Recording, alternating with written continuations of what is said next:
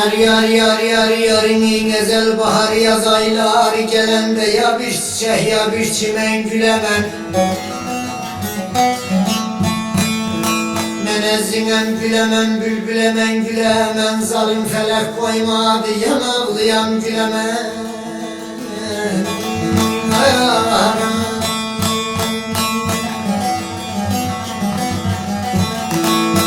Gönlümün bağına bir fidan ektim, korkarım ki hasret kalam gülemen, korkarım ki hasret kalam gülemen.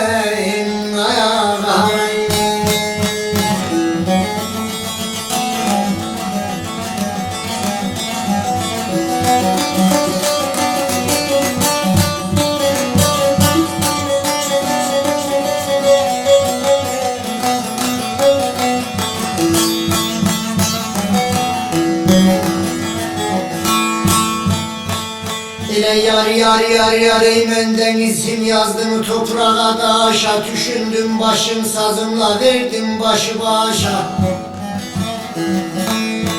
Menezzinem baş başa, isim verdim baş başa, için ölçtüm bir biçtim ölüm kalın baş başa. Zalim felek beni saldı telaşa, koymadı ki yanağlayan gülemen.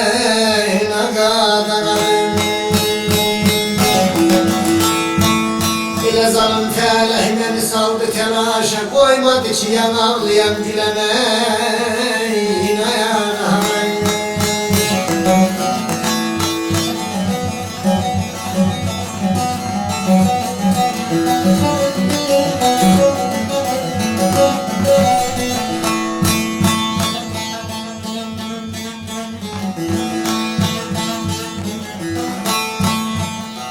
Yar ey Mehmet derkim ömrüm gelip düz geçsen, 50 geçsen, 60 geçsen, 100 geçsen. Menezzinem yüz geçsen, ala gözlümüz geçsen, yemeyle doymak olmaz ayla kabağız geçsen.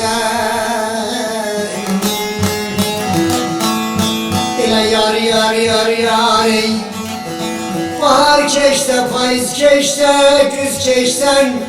Hayran olan mor melef şalalamen, hayran olan mor melef şalalamen.